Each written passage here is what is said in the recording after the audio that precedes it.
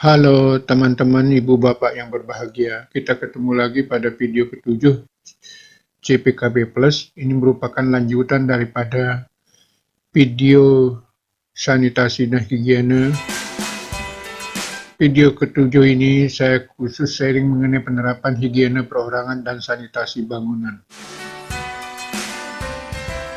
Untuk itu, mari kita masuk ke database digital CPKB Plus. Seperti biasa, kita setelah mengaktifkan modul Avase dan modul MySQL pada SAM Control Panel, kita buka browser dan buka situs lokal CPKB Plus, lalu klik bagian 1, terus login.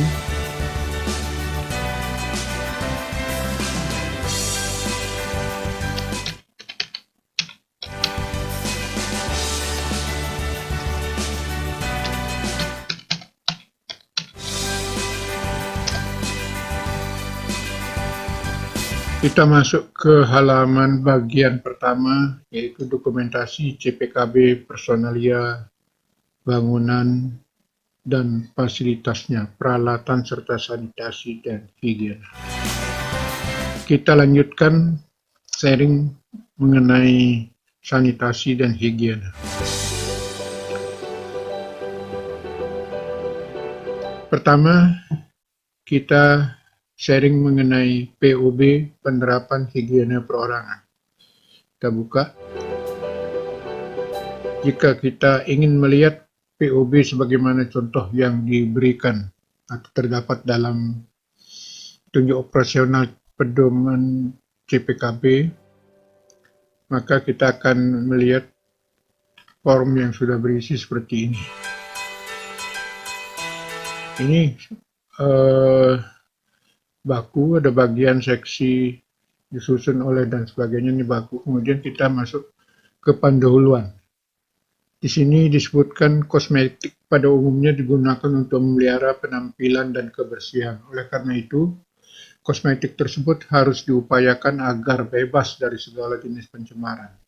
Salah satu sumber pencemaran adalah kulit atau tubuh manusia sendiri yang membawa banyak mikroorganisme. Kemudian ketentuan, higiene perseorangan hendaklah dilaksanakan oleh setiap orang dan karyawan yang berada di daerah produksi, termasuk tamu, pelaksana teknis, perawatan, dan perbaikan staf manajemen. Selanjutnya, penerapan higiene perseorangan. Setiap orang yang terlibat dalam proses produksi hendaklah menerapkan prinsip higiene perseorangan yang meliputi 1. Kesehatan. Tidak diperbolehkan bekerja dalam proses produksi apabila mempunyai luka terbuka, bercak-bercak gatal, bisul, atau penyakit kulit, mengidap penyakit infeksi pada saluran pernapasan bagian atas, pilek, batuk, alergi, serbuk. Karyawan yang mengidap penyakit tersebut hendaklah melapor kepada atasannya untuk segera dilakukan langkah-langkah pengamanan selanjutnya. Kemudian melakukan pemeriksaan kesehatan secara berkala. Sesudah sembuh dari penyakit menular, hendaklah diadakan pemeriksaan kesehatan yang sesuai untuk menentukan kelayakan bekerja. Pengawasan hendaklah dilakukan terhadap gejala penyakit menular pada karyawan yang bekerja di bagian produksi. Kemudian nomor 2, kebersihan perseorangan. Setiap orang hendaklah melaksanakan kebiasaan kebersihan perseorangan. Mandi secara teratur setiap hari, cuci tangan secara teratur antara lain sesudah buang air kecil maupun buang air besar. Hendaklah diadakan penjelasan mengenai penggunaan sabun dan cara penggunaan sarana cuci tangan. Rambut hendaklah dipelihara agar senantiasa bersih dan rapi. Dilarang menyisir rambut di ruangan produksi. Dilarang memakai anting, kalung, dan perhiasan lain. Pemakaian kosmetik hendaklah sedikit mungkin. Dilarang memakai bulu mata palsu dan berbagai bahan pembantu kecantikan yang dapat jatuh ke dalam produk. Kemudian kebiasaan higienis. Dilarang mengunyah, makan, dan minum di ruang produksi dan laboratorium. Dilarang merokok di ruang produksi dan laboratorium. Tanda dilarang merokok hendaklah dipasang di pintu masuk dan di tempat penting. Kebersihan dan keteraturan ruangan kerja hendaklah senantiasa dipelihara. Ruangan hendaklah segera dibersihkan sebelum mulai pekerjaan jenis lain. Lemari pakaian hendaklah dipelihara agar senantiasa bersih dan rapi. Kemudian pakaian bersih. Pakaian bersih digunakan baik untuk melindungi pelaksana produksi terhadap produk maupun produk terhadap pelaksana. Bolak-balik. Jabarannya, setiap orang yang berada di daerah produksi harus mengenakan pakaian pelindung yang bersih dan khusus dirancang dan disediakan untuk keperluan tersebut. Pakaian kerja bersih dan pelindung lain seperti topi, sarung tangan hendaklah mengenakan pakaian pelindung tambahan seperti masker dan kacamata pelindung. Pakaian kerja tidak boleh digunakan di luar pabrik. Pakaian kerja hendaklah senantiasa bersih. Pakaian kerja hendaklah dikenakan secara tepat sebagaimana mestinya. Pakaian kerja hendaklah tidak memiliki kantong di atas pinggang. Demikian teman-teman, prosedur operasional baku higiene perseorangan. Nah, jika itu yang dicantumkan dalam petunjuk operasional pedoman CPKB, disarankan atau diarahkan untuk membuat sebaik mungkin, industri membuat sebaik mungkin, selengkap mungkin. Nah, ini sebagai contoh saja. Jika kita ingin dari contoh ini kita sempurnakan, saya menyediakan fasilitas edit. Jadi di sini kita buka edit, kita klik edit pada kolom aksi. Nah, ini kita tinggal mengedit di apa misalnya diperbaiki, ditambahkan atau dikurangi, ditambahkan atau dikurangi sebagaimana kebutuhan di industri masing-masing. Tapi ada hal-hal yang bersifat mendasar yang merupakan standar minimal. Nah, ini kalau sudah ditambah atau dikurangi, dikoreksi, tinggal nyimpan, ya. Tinggal menyimpan seperti video-video sebelumnya akan terjadi perubahan kelihatan pada list data POB higiene perseorangan. Nah, apabila kita ingin membuat yang baru sama sekali, kita tinggal klik kolom tambah. Ini akan ada form yang masih kosong, kita isi sesuai keadaan industri yang bersangkutan, juga perkembangan teknologi di bidang yang bersangkutan. Nah, kalau sudah diisi tinggal disimpan. Nanti akan akan terekam di dalam database CPKB Plus.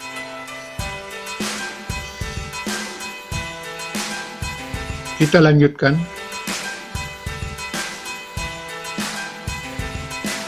Dengan berpegangan pada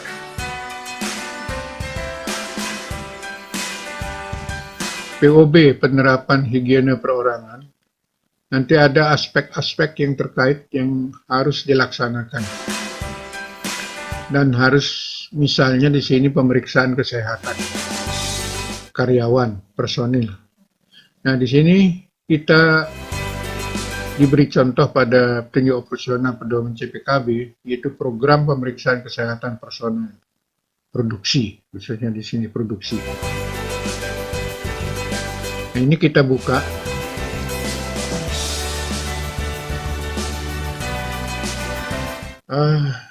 Program ini tidak terlalu kompleks ya. Jadi pada program ini terlihat bahwa 4 jenis pemeriksaan harus dilaksanakan sebelum diterima bekerja, sebelum melaksanakan pekerjaan di pabrik, yaitu pemeriksaan umum, pemeriksaan sinar X, pemeriksaan tinja, urin, dan darah, kemudian terakhir pemeriksaan saluran pernapasan. Ini harus dilaksanakan. Nah, kemudian ada pemeriksaan yang perlu dilakukan setiap tahun. Hanya satu, yaitu pemeriksaan umum. Yang lainnya tidak perlu, tergantung pada kebutuhannya. Demikian pula pemeriksaan setelah pulih dari penyakit infeksi, itu jika diperlukan. Tapi pemeriksaan umum harus dilakukan ya, setelah sembuh dari penyakit. Nah, dari program pemeriksaan ini, kita diwajibkan untuk membuat catatan pemeriksaan kesehatan personil. Nah, di sini kita akan menggunakan database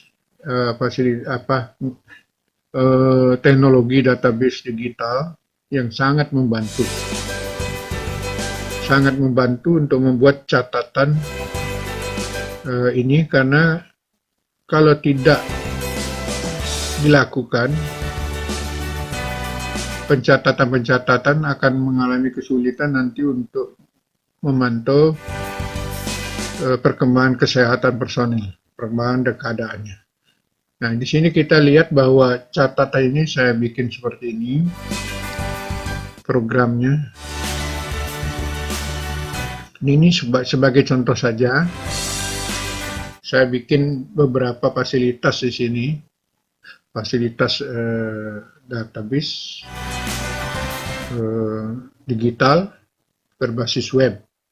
Di sini selalu pada tampilan pertama terdapat list record ya, catatan pelaksana pemeriksaan kesehatan kalau sudah ada isinya. Kalau tidak ada record berarti ini kosong.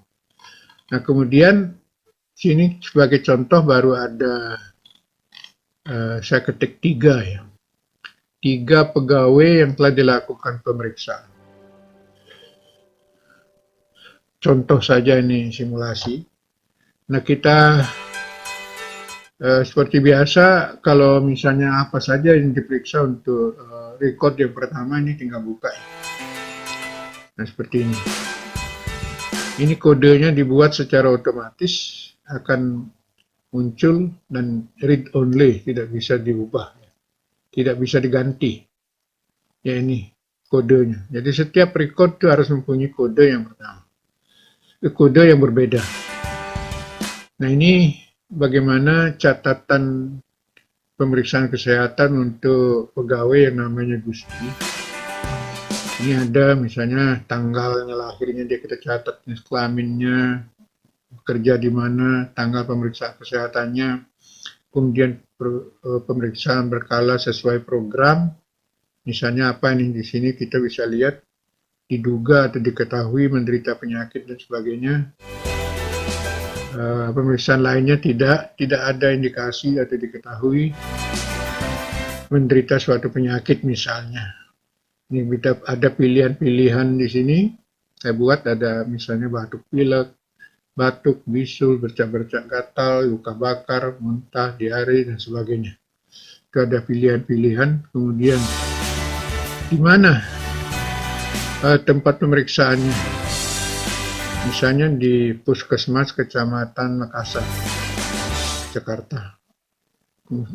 Pemeriksaan kesehatan lainnya belum ada. Semua masih keterangan, semua masih pada angka normal hasilnya. Itu catatan perorangan. Nah, kita kalau seperti biasa selalu ada human error. Nah, kalau ada kesalahan, misalnya salah ngetik nama atau salah tanggal, makanya saya membuatkan fasilitas edit di sini, fasilitas penyuntingan. Nah, fasilitas pencarian yang kami buat itu sangat membantu nanti menelusuri, kemudian memantau kesehatan karyawan. Di sini misalnya kita cari jenis ada pencarian, cari nama personil. Ya, bisa saja satu pegawai, satu personil, seorang personil itu diperiksa dalam setahun lebih dari satu kali. Maka di sini bisa dikali kapan saja diperiksa. Atau tiap tahun misalnya nanti. Katakanlah kita akan mencari namanya si Gusti yang tadi. Kita tinggal ketik.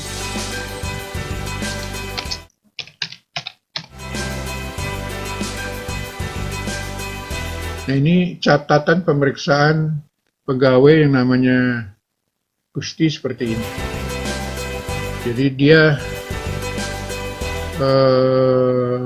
dilakukan pemeriksaan kesehatan dalam rangka pemeriksaan berkala sesuai program. Jenis pemeriksaannya pemeriksaan umum dilakukan kapan? 18 Juli 2017. Di mana? Ada Puskesmas Kecamatan Makassar. Riwayat pemeriksaan sebelumnya belum ada. Keterangan ya oke, itu biasa. Kita balik. Nah, kemudian fasilitas pencarian lain, misalnya pada tahun tertentu kita ingin melihat seberapa banyak sih sudah dilakukan pemeriksaan kesehatan dan siapa saja orang-orangnya, nama-nama personilnya. Itu akan terlihat kalau kita misalnya lihat pada tahun 2017. Ini kita tanggal, walaupun di sini ditulis tanggal, tapi kita bisa ketik tahunnya saja. 2017 misalnya ya.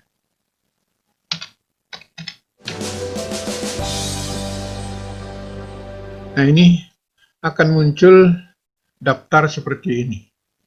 Bahwa pada tahun 2017 telah dilakukan, telah direkod, dicatat, direkam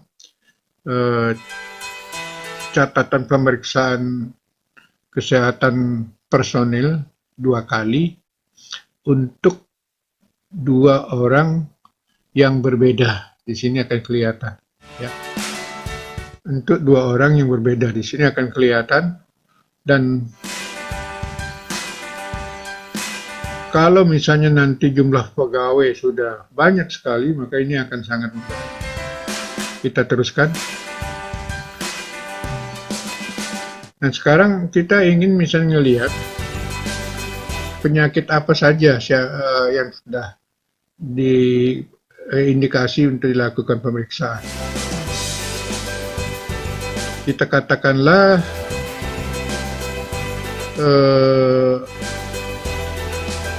infeksi saluran pernapasan atas. Jadi di sini tinggal disebut infeksi misalnya.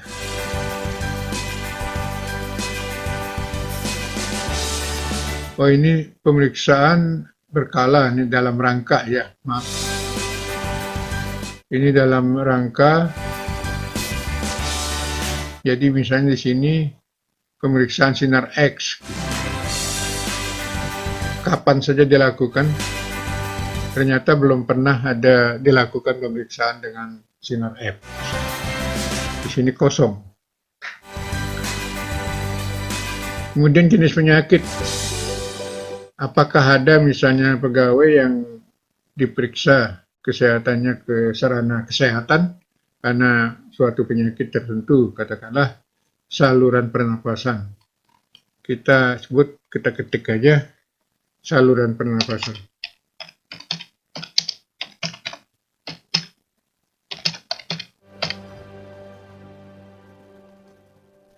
Nah, ini baru ada 1 ya. Baru ada 1. Demikian teman-teman, teknologi database ini akan sangat membantu industri untuk merekam, memantau, dan menampilkan kembali menampilkan kembali catatan pemeriksaan karyawan, kemudian menggolong-golongkannya. berdasarkan tahun, berdasarkan jenis kelamin, berdasarkan jenis penyakit, berdasarkan program pemeriksaan dan sebagainya. Kita teruskan.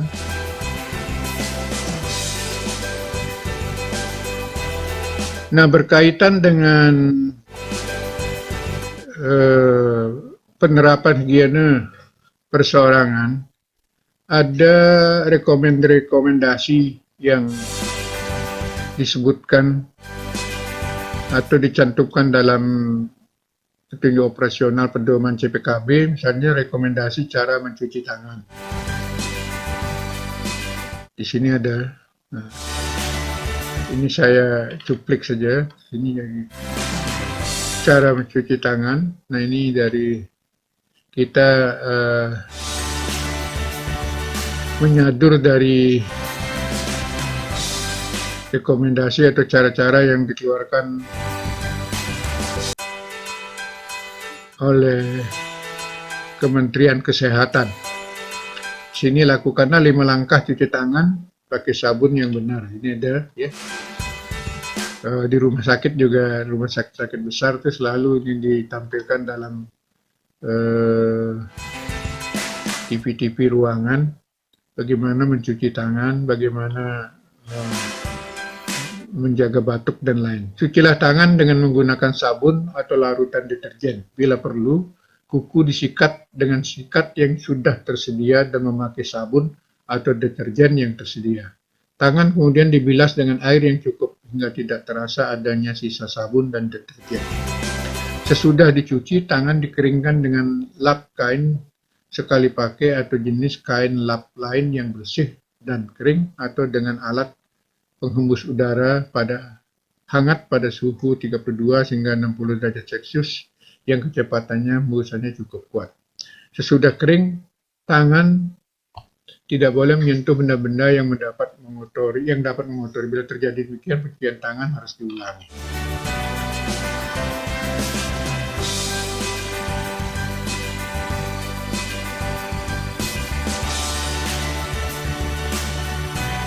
Nah, kemudian ada larangan-larangan di sini.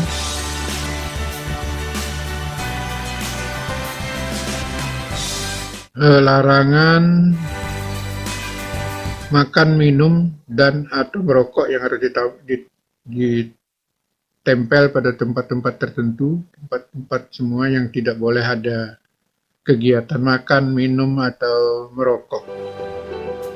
Nah, di sini ini tanda-tandanya ditempel ya. Ini sudah ada di dalam database. Ini tinggal di print. Kita lanjutkan.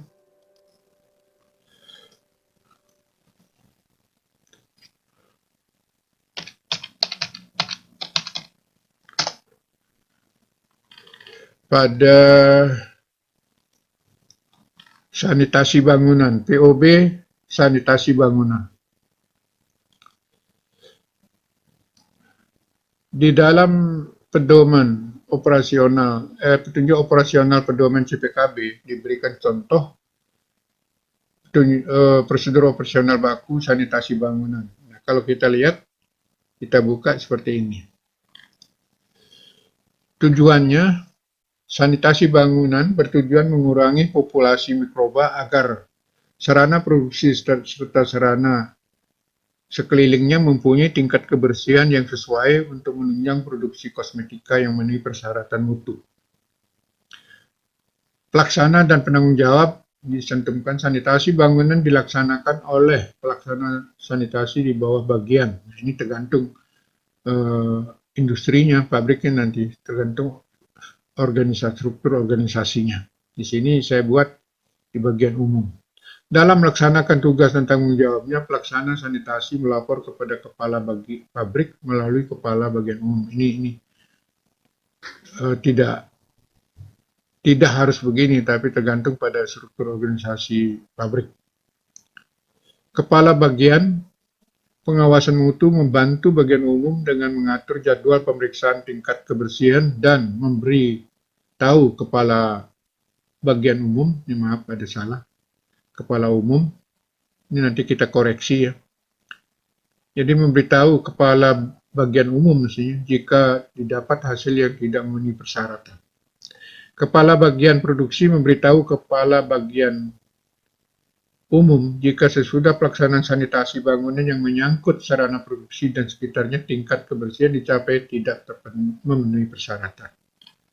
Nah, larutan sanitasi dapat digunakan sini etil alkohol 95%, etil alkohol 70% aqua solution, isopropil alkohol full strength, isopropil alkohol 70% aqua solution, formalin 3,75 cc per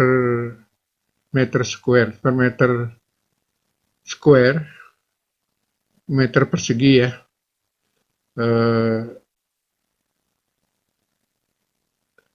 Lantai, dinding, dan sebagainya itu.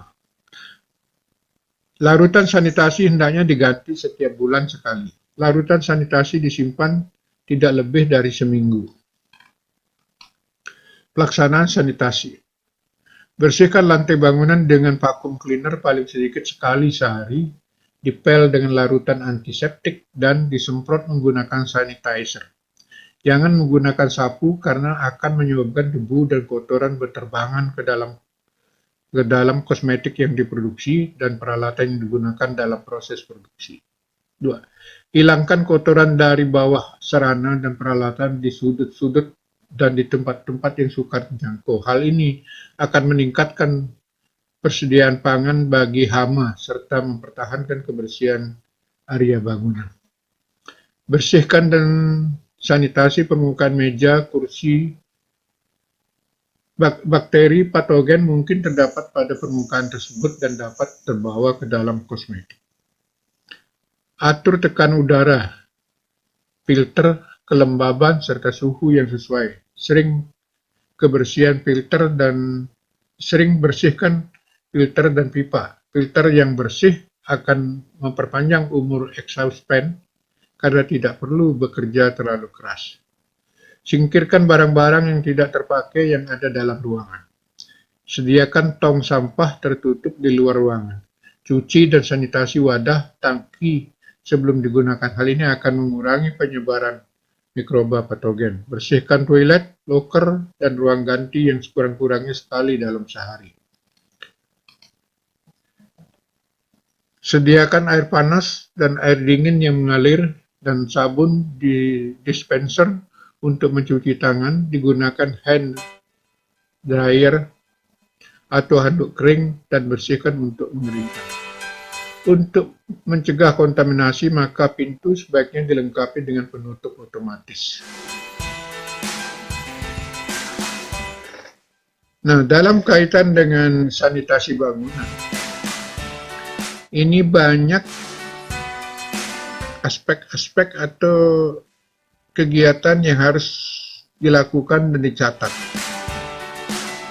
Nah, di sini ada kemudian misalnya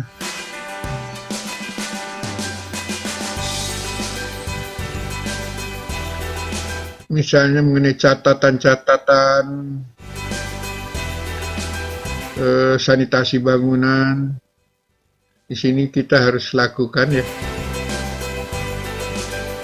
Nah, ini saya bikinkan program database digitalnya. Ini sebagai contoh saja sudah dilakukan record sebanyak 5 ya. Nah, sini ada tertulis di sini ada 5 record. Tapi karena catatan sanitasi bangunan itu hampir selalu sering dilakukan, maka ini akan menjadi sangat banyak datanya, maka program atau software database digital ini akan sangat membantu. Kita lihat misalnya seperti apa catatannya untuk masing-masing record. Seperti itu, kita coba buka misalnya di sini.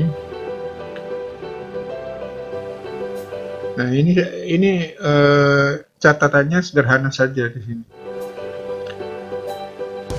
tanggal. Tapi nanti di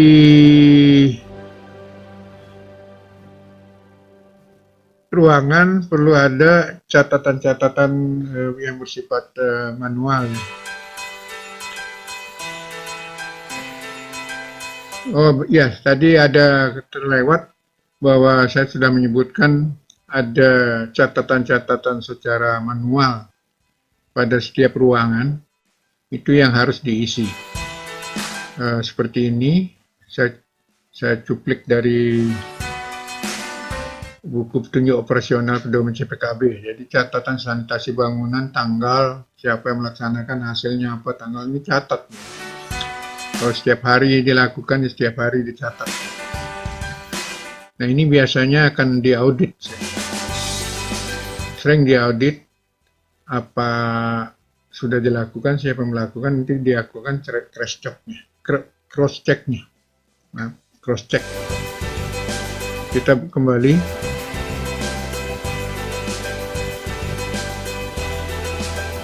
Nah, kita barangkali pada video ke-7 ini kita mau lihat saja terakhir mengenai rekomendasi desinfektan dan untuk sanitasi. Ini ada di contoh di buku petunjuk operasional pedoman CPKB. Lumayan banyak ya di sini. Mulai ada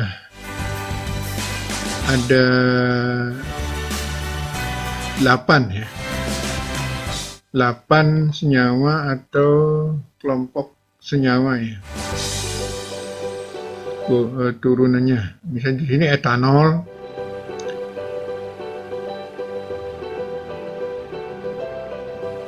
Kemudian konsentrasi yang digunakan berapa persen, cara kerjanya denaturasi protein enzim. Ini ada catatan secara tidak aktif ya, artinya tidak dituangkan dalam bentuk database terstruktur.